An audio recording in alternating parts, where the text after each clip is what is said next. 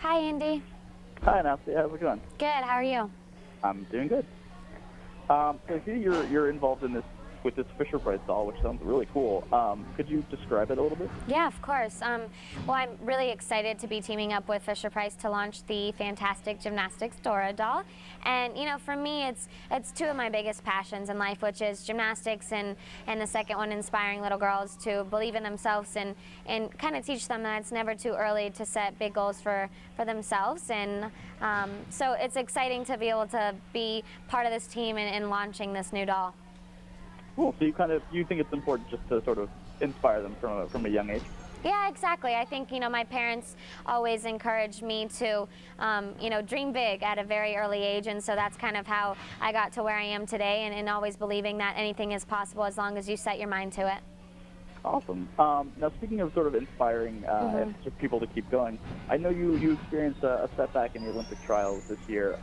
Is there anything you can kind of say to encourage people when they kind of experience their own setbacks, like what kind of helps you through? Yeah, of course. I think life isn't always about the triumphs, but it's also about the struggles, and I think that's what was most important for me at Olympic trials was, yes, I did have a fall, and I didn't make a second Olympic team, but I was able to achieve something on a different note, and being able to finish my competitive career with 2 standing ovations of almost 20,000 people is something that I will remember for the rest of my life. And my parents always taught me that no matter what happens and no matter how hard it is or how painful it is, you always have to pick yourself up and finish what you started. So by being able to do that on the bars and then go on and finish a good beam routine and kind of end my career that way was something that was very memorable for me.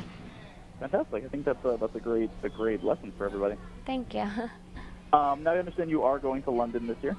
I am. I'm going as the athlete representative for the Federation of International Gymnastics. So I'm kind of the middle person between the athletes and the head committee, I guess, of gymnastics. And it's a true honor for me, too, because this position was actually elected by all the gymnasts from around the world. So to be able to be that person that they go to, I definitely take a lot of pride and responsibility in that as well. Awesome. Now, do you have any kind of predictions? Is there anybody we should be keeping our eye on?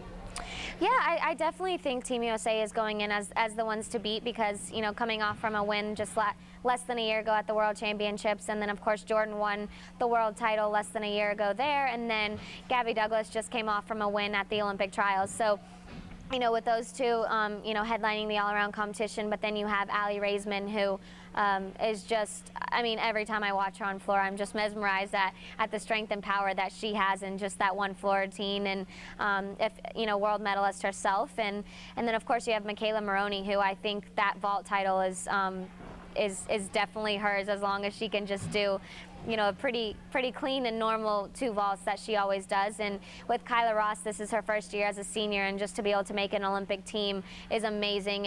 And watching her gymnastics is very incredible too, because she has high-level difficulty, but the way she executes it and performs it is just really beautiful to watch. Absolutely.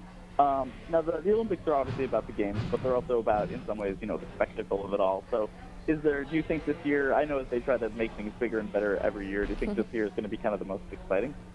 Yeah, I hope so. I think with every year, people, just like in life, people learn from their mistakes and they learn from the good things and the bad things. And so I think by, going to London, it's going to be so different than Beijing, just because London is, comparing it to any city in the U.S., it's like New York City. And so it's going to be tough to have so many people in one city at the same time. But I think they're going to do an amazing job. And I'm looking forward to being there. And and actually not competing this year is going to give me the opportunity to really experience the Olympic Games, because in 2008 I didn't really do much besides train and compete, and then I got to go to Vancouver for the Winter Olympics, and so I was able to experience a little bit of that. But now, it being a Summer Olympics again, I'm looking forward to being there.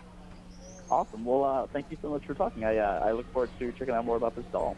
Thanks, Andy. Nice talking to you too.